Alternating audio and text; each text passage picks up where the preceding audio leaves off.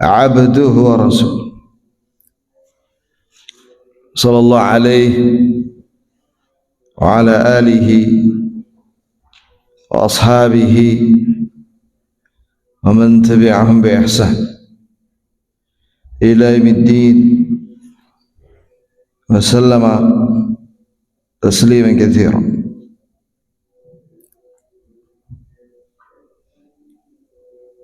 ثم أما بعد، اللهم ارزقنا علما نافعا ورزقا طيبا وعملا متقبلا آمين. ثم أما بعد، jamaah salat subuh barakallahu lana wa lakum. Tema kita adalah, judulnya adalah Syahrul Rajab Syahrun Lizzar'i wa Sya'ban Syahrus Saqi Lizzar'i wa Ramadan Syahru Hasad Az-Zar'i. Ini adalah perkataan Abu Bakar Al-Warraq Al-Balkhi min ulama salaf. Artinya dan pengertiannya dan faedahnya, bahwa bulan Rajab itu adalah bulan menanam. Kemudian saya terjemahkan secara letterat aja ya, nanti baru di syarah penjelasannya. Dan bulan Sya'ban adalah bulan menyirami tanaman itu. Dan Ramadan adalah bulan panen. Ramadan adalah bulan panen. Iya. Nah, sekarang bagaimana komentar para ulama tentang kalimat ini? Yaitu, dari sini kita bisa paham bahwa dahulu para salafus saleh, yakni para sahabat dan tabi'in, mereka itu mempersiapkan diri menghadapi Ramadan itu dari jauh-jauh hari, dimulai dari bulan Rajab. Bahkan dalam sebuah athar, dahulu para sahabat itu memohon kepada Allah Azza wa Jalla agar dipertemukan dengan Ramadan itu 6 bulan sebelum Ramadan, berdoa. Iya. Bagaimana doa-doa mereka? Ini dia doa-doanya ya.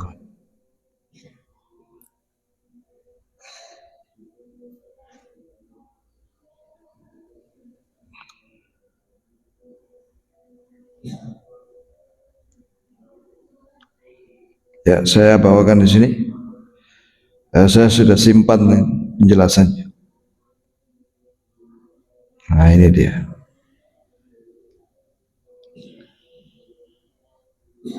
Di antara doa-doa salafus saleh agar dipertemukan dengan Ramadan dalam keadaan selamat, itu Allahumma ballighna Ramadan. Ya Allah, pertemukanlah kami dengan bulan Ramadan. Itu 6 bulan sebelumnya, sebelum Ramadan. Kata Mu'alla ibn al-Fadl, kanu yad'una Allah 6 ashhur an yuballighahum Ramadan, thumma yad'unahu 6 ashhur an yataqabbala minhum. Coba perhatikan ini bagaimana salafus saleh, para sahabat dan tabi'in dan atba'ut tabi'in. Di sini diwakili oleh Al-Mu'alla ibn al-Fadl, mengatakan dahulu para salafus saleh, para sahabat dan tabi'in berdoa kepada Allah selama 6 bulan, yakni sebelum Ramadan 6 bulan berdoa. Berarti mulai bulan apa ya kawan? Kan Ramadan sebelumnya kan Sya'ban, Rajab, kemudian Jumada Thaniyah, kemudian Jumada Ula, Rabi' al-Thani, Rabiul Awal. Ya, pokoknya 6 bulan sebelumnya memohon kepada Allah Azza wa Jalla agar dipertemukan dengan Ramadan. Dan mereka setelah itu berdoa kepada Allah 6 bulan setelah Ramadan agar Allah menerima amalan mereka. Allahu Akbar. Di sini jelas menunjukkan bahwasanya salafus saleh betul-betul paham bahwasanya Ramadan min afdali mawasimil khairat. Wa Ramadan merupakan waktu yang paling bagus, yang terbaik di dalam beramal saleh. Yang terbaik. Ini bulan terbaik dalam setahun dalam beramal saleh, berarti pahalanya paling gede dalam beramal saleh. Itu adalah bulan Ramadan. Begitu ya, ikhwan. Dan kalau kita perhatikan ya, ikhwan ya, di dalam Al-Quran Al-Karim kita juga diperintahkan untuk mempersiapkan diri untuk menghadapi hari kiamat dan kehidupan setelahnya. Sebagaimana Allah Azza wa Jalla berfirman, ya ayyuhalladzina amanu taqullaha wal tanzur nafsun ma qaddamat lighad. Wahai orang yang beriman, ittaqullah, takutlah kalian kepada Allah dan adalah setiap diri mempersiapkan dirinya untuk menghadapi hari esok. Yang dimaksud dengan hari esok itu hari kiamat dan kehidupan setelahnya yang abadi selama-lamanya. Yang dimaksud dengan wal tanzur nafsun ya isti'dad, ista'id, mempersiapkan diri. Persiapkanlah dengan apa? Dengan iman, dengan takwa, dengan amal saleh. Wa tazawwadu fa inna khairaz zadi taqwa wattaquni ya ulil albab. Hendaklah kalian berbekal, wahai kaum mukminin, hendaklah kalian berbekal ketika melaksanakan ibadah haji itu dan umrah. Fa inna khairaz zadi taqwa. Sesungguhnya sebaik-baik bekal, baik ketika haji maupun bekal untuk ke akhirat, adalah takwa. Ya, dari sini terkandung nas wal asl, dalil ya bahwasanya mempersiapkan diri itu masyru' di dalam agama Islam. Ya. Dan juga perkataan salaf seperti Al-Hasan Al-Basri pernah bertanya kepada seseorang, "Kam umruk?" Berapa umurmu? Hasan Al-Basri ma'ruf, masyhur. Dia seorang Sayyidut Tabi'in, tokoh tabi'in rahimahullah. Pernah bertanya kepada seorang, "Berapa umurmu?" Dia bilang 60 tahun. Kemudian, berarti kau sudah hampir mencapai tujuan, yaitu kematian.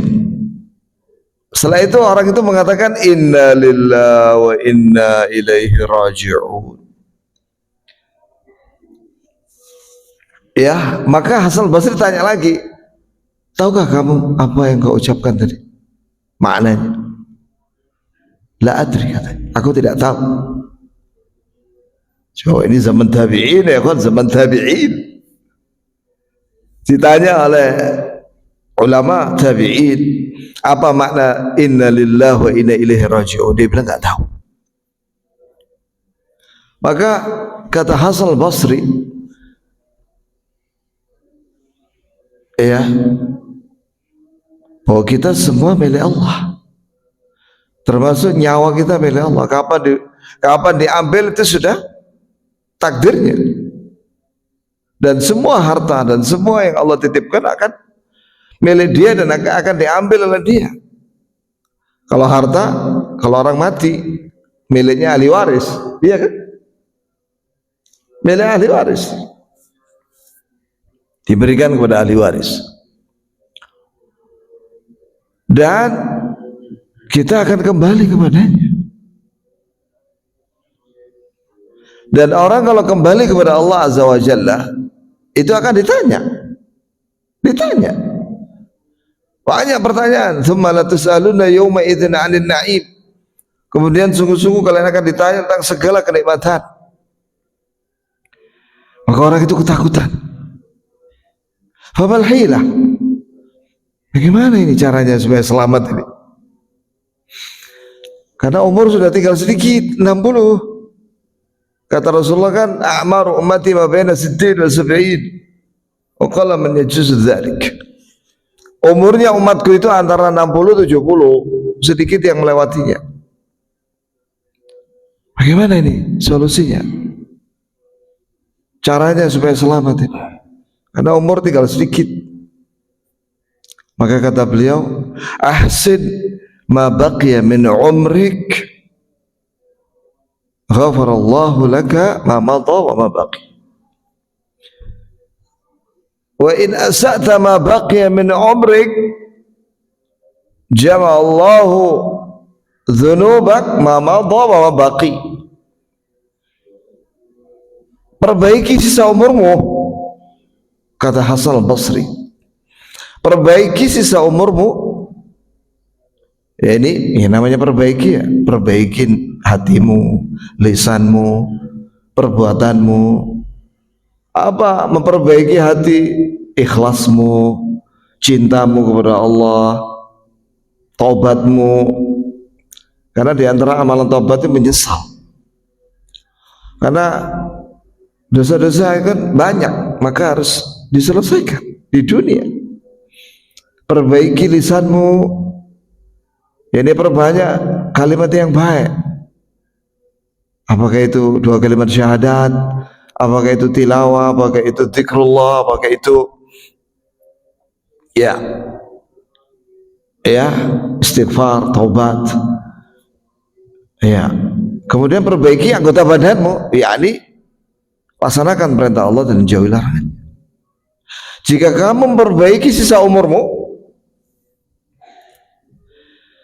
dengan iman, dengan ilmu, dengan amal saleh, dengan taubat, maka Allah akan ampuni dosa-dosamu masa lalu dan yang akan datang.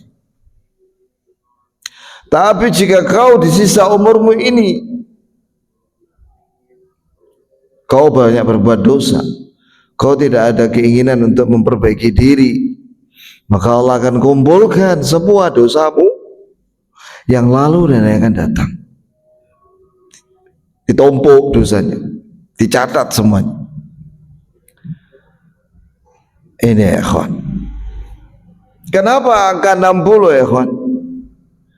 Karena ada athar, maka disebutkan dalam Sahih Bukhari di kitab Zuhud, kitab Raqaiq di Sahih Bukhari, idza balagha 60, apabila orang berumur 60. Hal itu dibawakan dalil ayat Al-Quran Al-Karim yang berbunyi, ya, awalam nu'ammirkum ma yatadhakkaru fihi man tadhakkar wa ja'akumun nadhir. Bukankah kami beri kepadamu wahai manusia umur, yakni 60. Di antara makna umur di situ kalimat umur, ya, nu'ammirkum ini 60. Ma yatadhakkaru fihi man tadhakkar, yang dengan itu kalian ingat. Wa ja'akumun nadhir, dan kalian sudah datang kepada kalian utusan Allah. Dan Nabi itu dibawakan oleh Imam Bukhari hadis Nabi sallallahu alaihi wasallam, a'dzarallahu imra'an balagha 60 hatta balagha 60. Allah tidak akan menerima lagi uzur dari seseorang yang umurnya udah 60. Nasallallahu ya. Ya bukan berarti kalau belum 60 masih boleh kora. Oh enggak begitu ya Pak. Iya. Seorang muslim bersegera untuk bertobat. Karena apa? Karena kematian itu tidak mesti mencapai umur 60. Tidak mesti. Kemarin kerabatku meninggal seumuran dengan saya, sepantaran dengan saya. Ada yang kemarin meninggal lagi 61. Ada yang saya sering mandikan mayat lebih muda dari saya, jauh memandikan mayat. Ada yang masih anak-anak, ada yang umur, ada yang SMP, ada SMA, ada mahasiswa, ada yang belum nikah, udah meninggal. Ada pengantin baru meninggal, pengantin baru. Bulan madu di glamping apa itu katanya, terus keracunan, meninggal. Pengantin baru. Ada yang umur 30, 40. Ya ini kita nggak tahu kapan mati ya. Jadi jangan menunda amal dan tobat sampai umur 60. Hari ini kita memperbaiki diri. Hari ini kita mulai. Baik. Tapi jika kamu berbuat buruk, tidak memperbaiki diri di akhir hayatmu di 60 ke atas itu, maka Allah akan kumpulkan semua dosa. Ya Allah, ngeri ya kan. Sehingga mati dalam keadaan membawa dosa dari awal sampai akhir. Ya apa itu ngeri itu pada hari kiamat.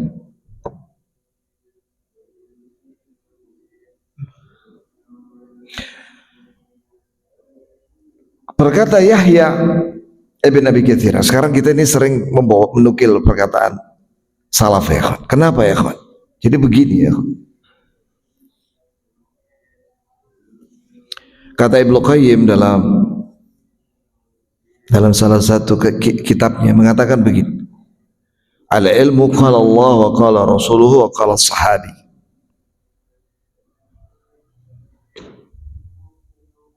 Mal ilmu nasbaka lil khilafi safahatan. Ya begitulah kalimat makna daripada perkataan Ibnu Qayyim. Ilmu itu adalah firman Allah, ayat, kemudian sabda Rasulullah, kemudian perkataan sahabat. Ilmu itu bukan kau jadikan sebagai bahan untuk berselisih baina rasul baina al-alimi, orang alim.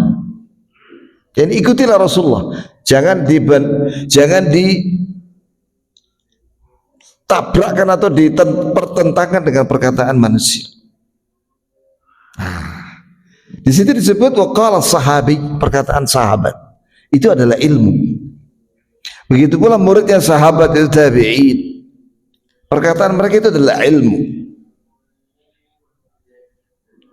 Berkata Yahya bin Abi Katsir mensifati kondisi salaf, kana min du'aihim, bahwa di antara doa salafus saleh, Allahumma sallimni ila Ramadan. Ya Allah, salimni ila Ramadan. Yani pertemukan aku dengan Ramadan dalam keadaan selamat. Wa sallim ilayya Ramadan, dan pertemukan Ramadan denganku dalam keadaan selamat dan aman. Wa tasallamhu minna mutaqabbala, dan terimalah ya Allah amal kami.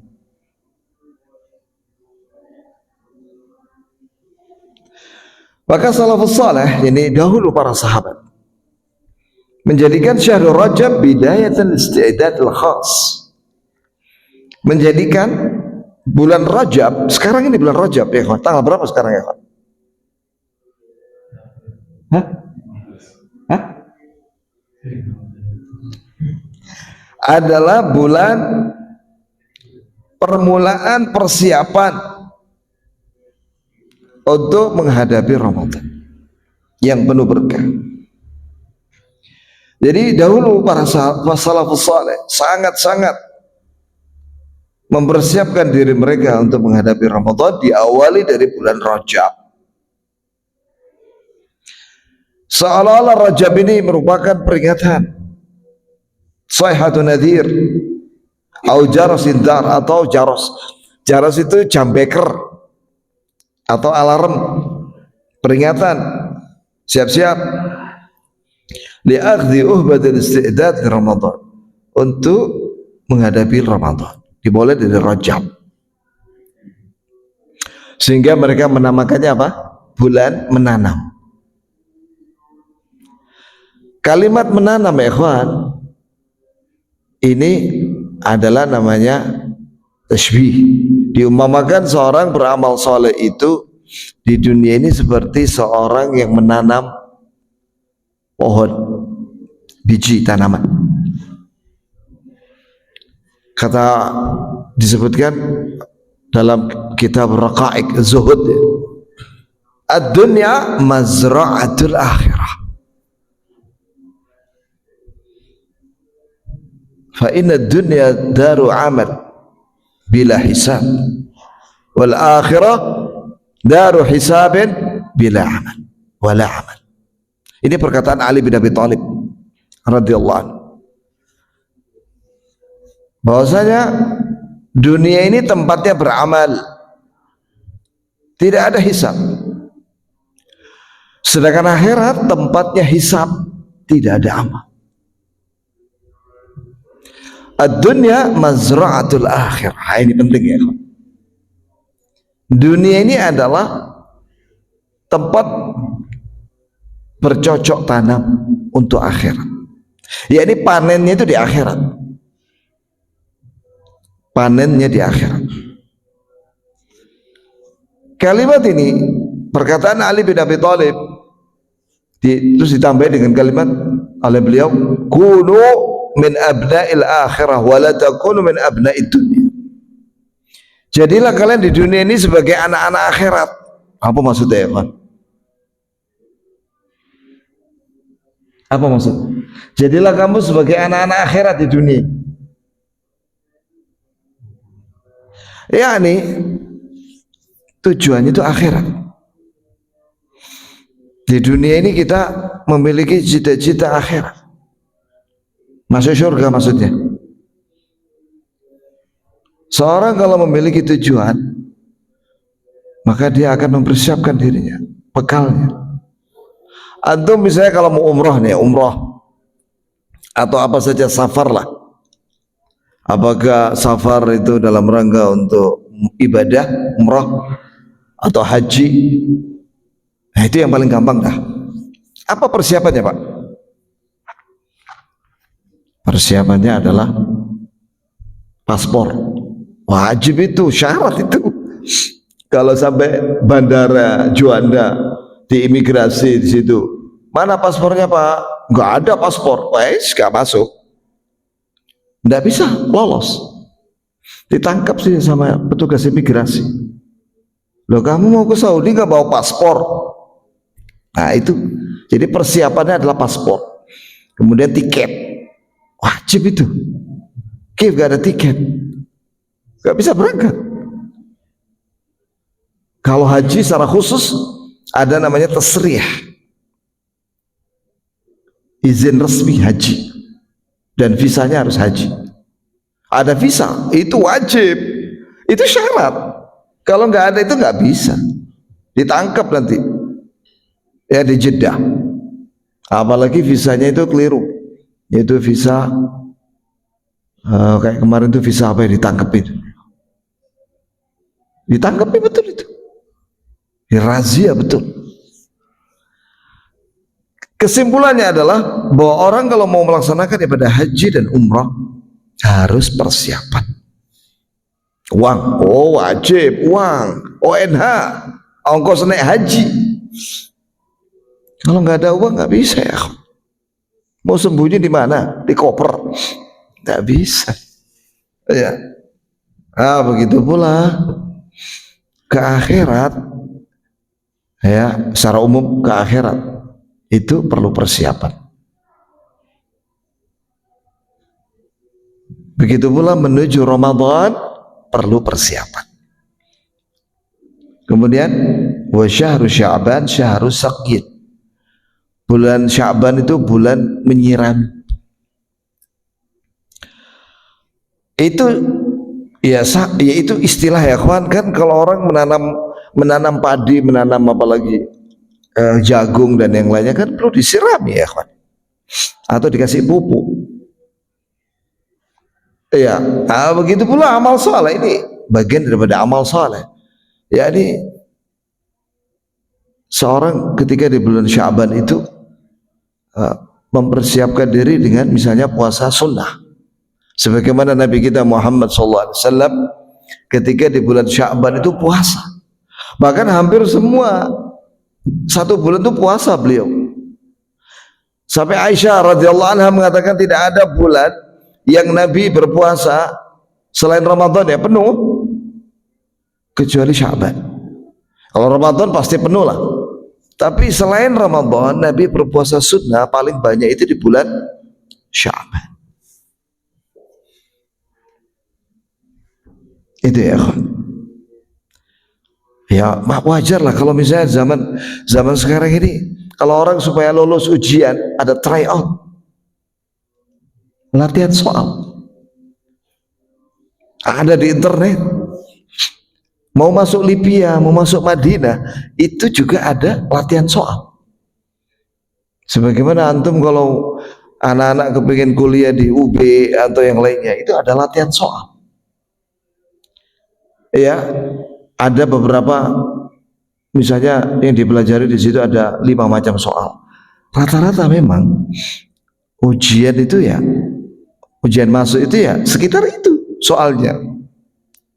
Mirip-mirip, bentuk soalnya itu mirip. Kemarin saya juga ngecek soal-soal masuk Libya, kan anak saya kan diterima di Libya, itu saya cek soal-soalnya, subhanallah sama dengan ujiannya, ada yang sama, ada yang mirip sedikit-sedikit. Artinya apa? Perlu persiapan. Kalau seorang nggak ada persiapan menghadapi Ramadan, dikira Ramadan ini sama dengan hari biasa. Begitu malam Ramadan kaget dia, bingung dia, nggak ada persiapan, nggak ada persiapan niat, nggak ada persiapan macam-macam. Apalagi tahunya itu ketika subuh, nggak persiapan sahur, nggak sahur dan lain sebagainya. Maka ya kawan, tidak bisa kita itu tanpa persiapan. Kita harus kalau ingin tenang dan lancar ketika bulan Ramadan itu benar-benar harus persiapan. Adapun bulan Ramadan adalah bulan panen. Coba perhatikan kalimat ini ya kawan. Apa persamaan panen dengan amal soleh di bulan Ramadan? Orang kalau panen dia senang. Ketika memanen itu kan senang metik-metik anggur, ya kan? Hatinya senang. Dia pakai gunting begini. Begitu pula ketika orang di bulan Ramadan, karena dia sudah persiapan dari mulai Rajab, maka ketika beramal soleh di bulan Ramadan itu dia mendapatkan kemudahan dan dengan senang hati. Beda dengan orang yang gak persiapan, ilmu wala iman wala amal wala syai', akhirnya apa? Keteteran dia. Antum pernah lihat gak ada orang yang Islam tapi gak puasa Ramadan? Pernah lihat? Tanpa uzur syar'i, sengaja dia gak puasa. Oh itu bahaya, ngeri dah. Ada hadis ancamannya orang yang tidak berpuasa Ramadan dengan sengaja, ya itu Nabi melihat dia digantung kakinya di atas, kepalanya di bawah, kemudian dia mengeluarkan darah dari mulutnya dalam keadaan dia terluka-luka. ditusuk-tusuk bagian tengkuknya sampai mukanya sih. Ngeri ya kawan. Hadisnya sahih di kitab Sahih Targhib, diterangkan di situ di bab ancaman orang yang meninggalkan sholat, karena hadisnya panjang.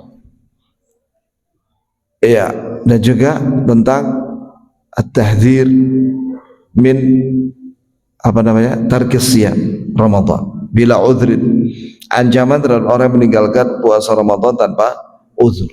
Jadi digantung kepalanya di bawah, kakinya di atas, kemudian ditusuk-tusuk dari tengkuk sampai mulutnya, kemudian ke pipinya, kemudian sampai ke matanya, terus keluar darah. Ngeri ya. Hadis-hadis seperti itu harusnya disampaikan, terutama menjelang Ramadan, agar supaya orang-orang yang terbiasa meninggalkan puasa Ramadan, meremehkan, ya, itu takut kepada Allah SWT. Dari sini kita bisa memahami ya betapa pentingnya untuk mempersiapkan diri menghadapi Ramadan. Ada dua hal. Ini sebagai penutup ya. Ya. Yaitu berdasarkan hadis Nabi sallallahu alaihi wasallam, ihris ala ma yanfa'uk wasta'in billah wala ta'jiz. Coba renungkan dari sini ya kawan. Ini bukan hanya untuk Ramadan, ini untuk semua cita-cita, semua cita-cita yang baik. Lakukan dua hal. Yang pertama, ihris ala ma yanfa'uk, lakukanlah apa yang bermanfaat untuk, yakni melakukan ikhtiar, melakukan sebab-sebab yang diizinkan oleh Allah SWT. Kemudian wasta'in billah, dan minta tolonglah kepada Allah. Yakni apa? Berdoa. Kita awali dari berdoa dulu ya kawan. Tadi sudah dibahas doa khusus yang berkaitan dengan bertemu dengan Ramadan. Nah, secara umum ya kawan, kita itu minta sama Allah. Kalau kita lihat di Quran dan Sunnah ya, satu aja doa di Quran itu luar biasa manfaat. Coba perhatikan dan renungkan doanya Nabi Musa alaihissalam. Ya, di situ ada doa Nabi Musa ketika beliau ada di bawah pohon setelah membantu dua putrinya Nabi Syuaib mengambilkan air untuk kambing-kambingnya. Apa doanya Nabi Musa alaihissalam? Rabbi inni lima anzalta ilayya min khairin faqir. Artinya, wahai Rabbku, sesungguhnya aku itu fakir, miskin, butuh, sangat membutuhkan kebaikan yang kau turunkan. Apa yang Allah beri ya kawan kepada Nabi Musa? Waktu itu ketika dia berdoa itu, dia belum menjadi nabi loh ya, belum menjadi nabi dan rasul, belum. Dan dia belum menikah waktu itu. Kan habis mukul orang Mesir dan meninggal itu orang Mesir itu. Maka dia lari keluar dari Mesir menuju Madian, ke negerinya Nabi Syuaib. Nah, Allah kasih apa? Oh banyak ya kawan. Satu, ya Allah kasih dia Nabi Musa istri, putrinya Nabi Syuaib. Allah kasih pekerjaan, penggembala kambing, jelas fulus.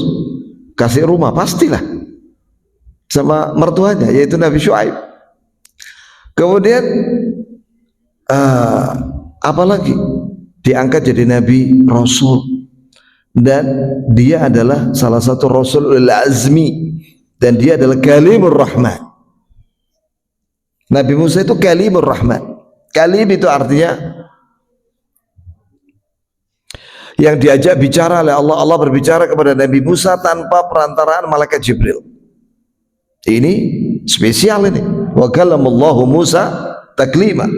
Allah berbicara kepada Nabi Musa langsung tanpa perantara malaikat Jibril. dan lain-lain. Allah Ta'ala binasakan ini si Fir'aun beserta bala tentaranya dan seterusnya. Banyak sekali kenikmatan yang Allah beri kepada Nabi Musa alaihissalam dengan doa yang pendek. Rabbi inni lima anzalta ilayya min khairin faqir. Di situ benar apa kata para ulama ya kan, bahwa doa yang terbaik itu ada di Quran dan hadis. Contoh misalnya kalau orang misalnya berdoa tidak dari Quran dan Sunnah, dia ngarang sendiri. Misalnya dia minta fulus sama Allah, fulus. Kan ada itu di internet itu, YouTube, fulus. Ya kan? Ada kan? Atau minta jabatan kepada Allah Azza wa Jalla. Tapi ingat bahwasanya fulus dan jabatan itu tidak cukup. Mana buktinya? Itu ada orang yang digaji 1 miliar itu, direkturnya Pertamina, digaji 1, sekian M gajinya per bulan itu, tapi dia tidak selamat. Akhirnya apa? Terjerumus ke dalam apa? Korupsi. Akhirnya ditangkap sama Kejaksaan Agung, sekarang di penjara dia. Jadi kalau minta kepada Allah Azza wa Jalla dunia atau apa saja, jangan lupa minta dalam keadaan apa? Selamat. Ini kemarin sudah saya sampaikan kan, waktu kajian maghrib. Ya, ada seorang ibu minta sama Allah uang 3,5 M, tapi dalam bentuk real. Kalau di Saudi kan real, tapi dia lupa tidak minta dalam keadaan selamat. Allah kasih memang uang 3,5 M jumlahnya, tapi anaknya terbunuh, anak laki-lakinya terbunuh. Dengan terbunuh itu akhirnya anak keluarga ahli warisnya itu dapat, ibu itu dapat 3,5 miliar. Jadi kalau minta kepada Allah apa saja, mintalah dalam keadaan apa? Selamat. Dan kalimat doa yang diucapkan oleh Nabi Musa tadi itu mencakup semua kebaikan dunia akhirat. Mana yang lebih baik? Kita ngarang sendiri doa atau doa yang ada di Quran dan Sunnah? Quran Sunnah. Seorang kalau berdoa Rabbana atina fid dunya hasanah wa fil akhirati hasanah wa qina adzabannar, dapat semua sudah kebaikan dunia akhirat, termasuk unek-uneknya itu. Allah kan tahu apa unek-uneknya manusia. Wallahu alimun bidzatis sudur. Allah Ta'ala mengetahui apa isi hati orang, isi hatinya manusia semua, dan malaikat dan jin dan hewan Allah tahu. Allah Ta'ala mengetahuinya.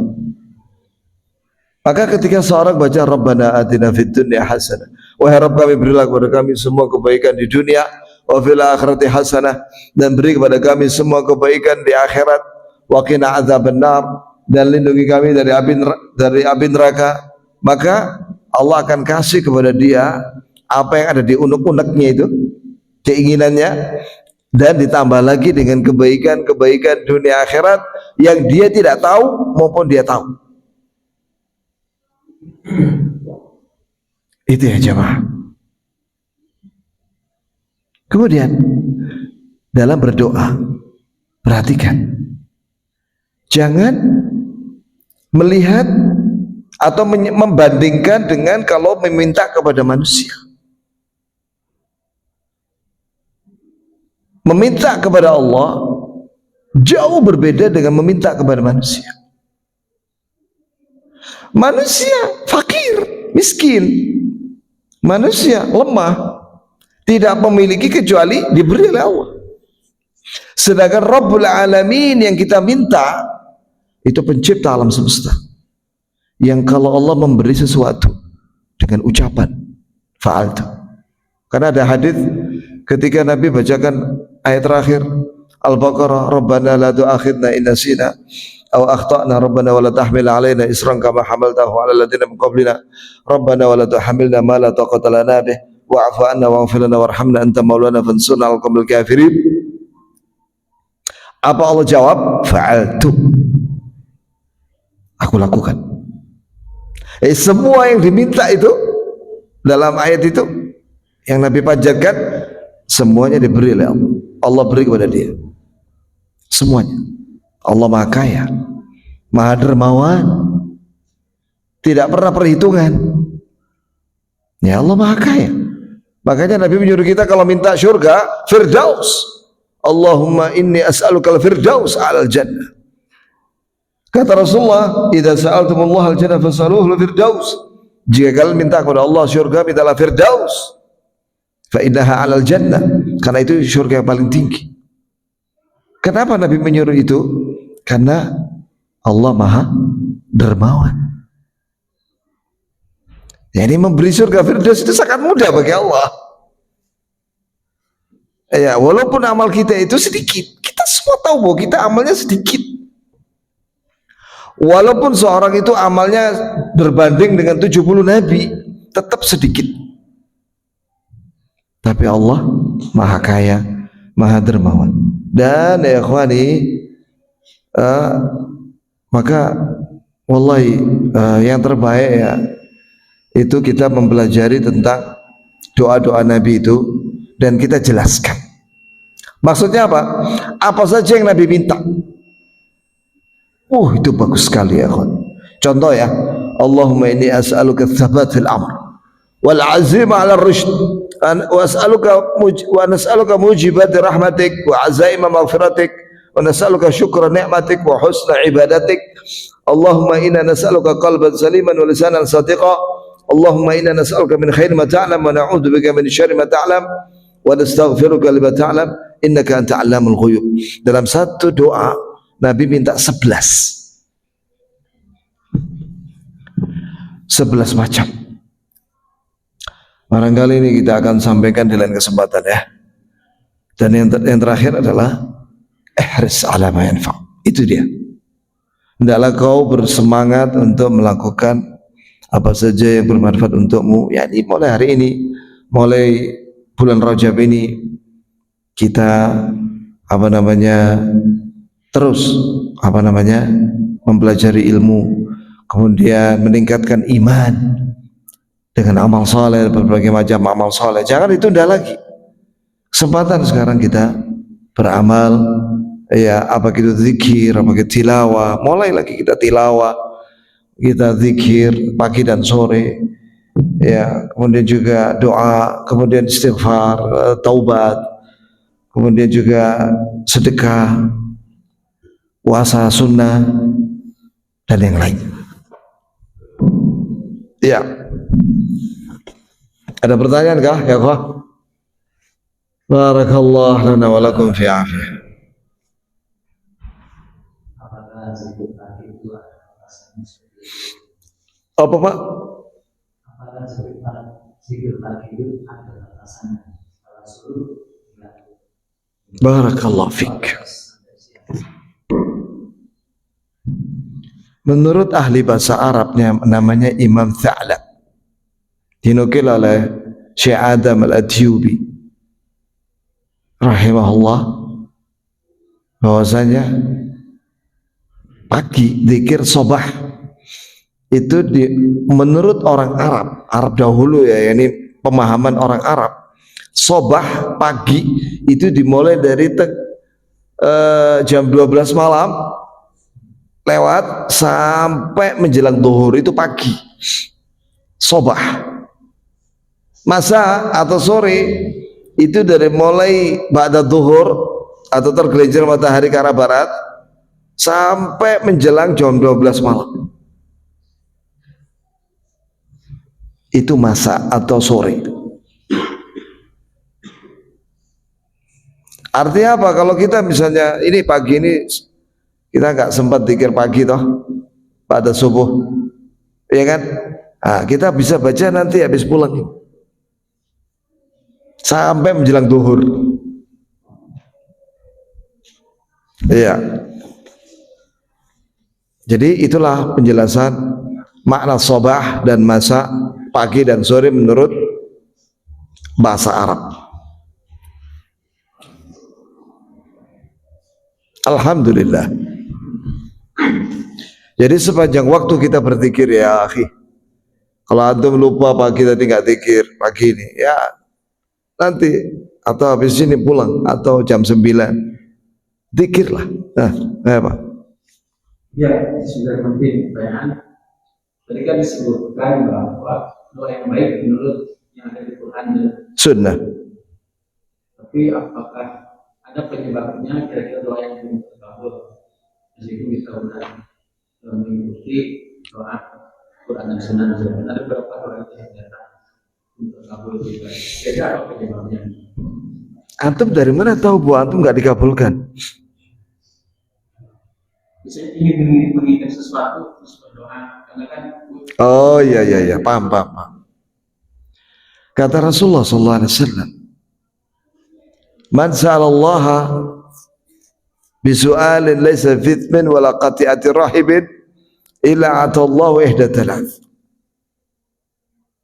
Barang siapa yang minta kepada Allah dengan satu permintaan yang mana dalam doa itu tidak ada dosa di dalamnya. Ini maksudnya dia tidak minta kepada Allah dosa dan tidak minta putus silaturahmi.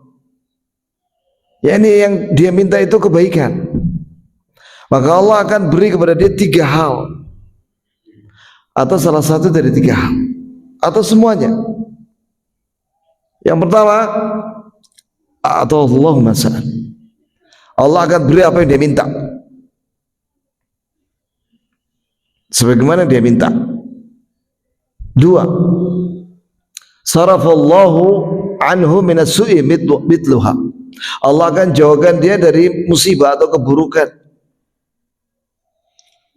yang bobotnya antara kebaikan yang dia minta dengan musibah atau keburukan itu sama. Jadi dijauhkan dari musibah. Yang ketiga, rafa'allahu darajatahu fil jannah, Allah angkat derajatnya di surga. Karena doa itu ibadah. Semakin banyak dia berdoa, semakin banyak pahalanya. Semakin banyak pahalanya, semakin tinggi derajatnya di surga. Sahabat itu bertanya, "Idzan nukthir ya Rasulullah."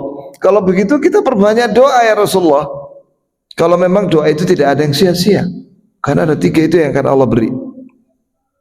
Kata Rasulullah, Allahu aktsaru, Allah akan perbanyak lagi beri kepadamu 3 itu tadi. Apa yang kau minta, Allah kasih banyak-banyak. Iya, kemudian dijauhkan dari banyak musibah atau diangkat banyak musibah dan ditinggikan derajatnya di surga. Jadi kadang kita merasa bahwa apa yang kita panjatkan dari doa-doa itu nggak dikabulkan. Padahal Allah kabulkan doanya dari awal dia minta. Ya, cuman kadang-kadang apa yang dia minta itu tidak diberikan saat itu, karena Allah mengetahui hikmahnya yang hamba itu tidak tahu hikmahnya. Wallahi ada ikhwan, ada orang dulunya dia miskin, begitu dia kaya sedikit murtad. Ada, saya nggak perlu sebutkan namanya wala kotanya, dan dia mantan marbot masjid. Dulunya dia marbot masjid, tinggal di masjid, pengangguran waktu itu, dia dapat gaji dari takmir. Begitu dia diterima di sebuah perusahaan BUMN top, yang rekrut dia itu Nasrani, ditawari dia untuk diterima tapi syaratnya dia dibaptis. Akhirnya dibaptis dia, ditambahin namanya Paulus, nama baptis. Terakhir saya meninggalkan kota itu, saya tanya teman-temannya, dia masih murtad, masih. Jadi kadang ada orang itu tidak langsung diberi harta oleh Allah, kekayaan. Kenapa? Karena Allah Maha tahu kalau dia dikasih harta banyak, lali di masjid.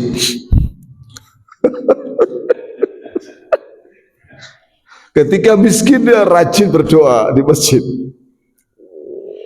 Begitu kaya titik, goodbye masjid, kirim salam ya be malaikat mulu jadi. Naudzubillah min dzalik. Nah, maka Allah tahu, maka tidak langsung dikasih, tertunda nanti. Ya, kemudian Allah jauhkan dia dari banyak musibah. Dia nggak tahu bahwa Allah sudah jauhkan dia dari musibah. Di antara musibah itu penyakit, kecelakaan dan lain sebagainya. Maka jangan suudzon sama Allah. Karena Allah berfirman, "Wa qala rabbukum ud'uni astajib lakum." Rabb kalian berfirman, berdoalah kalian kepadaku, aku kabulkan doa kalian. Di situ Allah menyuruh kita berdoa dan berjanji akan mengabulkan. Berdoalah. Iblis itu berdoa dikabulkan. Surat Al-A'raf, Rabbi anzirni ila yaumi yub'atsun qala innaka minal munzarin. Iblis berkata, wahai Rabbku, panjangkan umurku, panjangkan umurku. Maka Allah menjawab, ya kamu termasuk yang dipanjangkan umurnya. Jadi dia itu apa? Panjang umurnya sampai hari kiamat. Ketika ditiup sangkakala yang pertama, kematian, baru dia mati. Jadi iblis sekarang masih hidup. Iblis. Qala bima aghwaytani la ughwiyannahum ajma'in illa ibadaka minhumul mukhlasin. Maka dia bersumpah, qala fa bi izzatik, maka demi kekuatanmu ya Rabb, aku akan sesatkan seluruh Bani Adam kecuali dari hambamu yang kau berikan dia kepada keikhlasan. Jadi dia itu umur panjang, tujuannya mau apa? Menyesatkan orang banyak. Walaupun demikian, permintaannya dikabulkan oleh Allah. Iblis diterima doanya, dipanjangkan umurnya. Apalagi orang Islam, jangan putus asa. Berdoalah kepada Allah banyak-banyak dan ikhtiar, lakukan sebab-sebab yang diizinkan oleh Allah Azza wa Jalla. Ya, termasuk ikhtiar yaitu melakukan sebab-sebab dikabulkannya doa, seperti meninggalkan maksiat, meninggalkan profesi yang haram. Karena ada hadis, mat'amu haram wa mashrabu haram wa malbasu haram wa ghudhiya bil haram. Makanannya haram, minumannya haram, pakaiannya haram, dia mendapatkan itu semua dengan cara yang haram. Fa anna istajabulah, bagaimana mau dikabulkan? Apakah setelah itu kalau orang misalnya nggak tahu bahwa ternyata selama ini profesinya haram, maka dia nggak berdoa? Nah, berdoa, tetap berdoa. Justru doa-doa dia itu yang menyebabkan dia akhirnya tahu, Allah beritahu kepada dia bahwa profesinya haram, sehingga dia meninggalkannya. Itu ya, berdoalah dalam kondisi apapun, dalam kondisi berat apapun. Kayak Nabi Yunus alaihissalam dalam perutnya ikan. Kalau menurut logika ya kan, logika manusia, orang kalau sudah masuk perutnya ikan paus, kira-kira bisa keluar enggak? Sulit ya. Ya. Tapi dia berdoa kepada Allah, la ilaha illa anta subhanak inni kuntu minadh dhalimin. Terus dia berzikir itu. Fanajjainahu minal gham, kami selamatkan Nabi Yunus dari kesulitan. Wa kadzalika nunjil mu'minin. Kemarin sudah kita bahas itu tentang masalah bunuh diri itu, larangan bunuh diri gara-gara skripsi ditolak terus sama dosen itu. Sudah saya bahas itu. Jangan bunuh diri. Kalau misalnya kan ada sebagian dosen itu mempersulit, memang ada. Nah, tanya sama Pak Rauf ini, Pak Rauf, kalau ada dosen mempersulit skripsi mahasiswa, solusinya bagaimana? Hah? Lapor ke siapa? Lapornya ke siapa? Dekan. Ketua jurusan. Ada solusinya. Sampaikan kepada kepala jurusan. Inilah aku dipersulit. Bawa bukti-buktinya. Aku sudah menyampaikan kepada dia judul tesis 10 ditolak kabeh. Sudah bikin 5 tesis ditolak semua. Baru nanti disidang, dipanggil dosennya. Iya Pak. Itu. Jangan bunuh diri.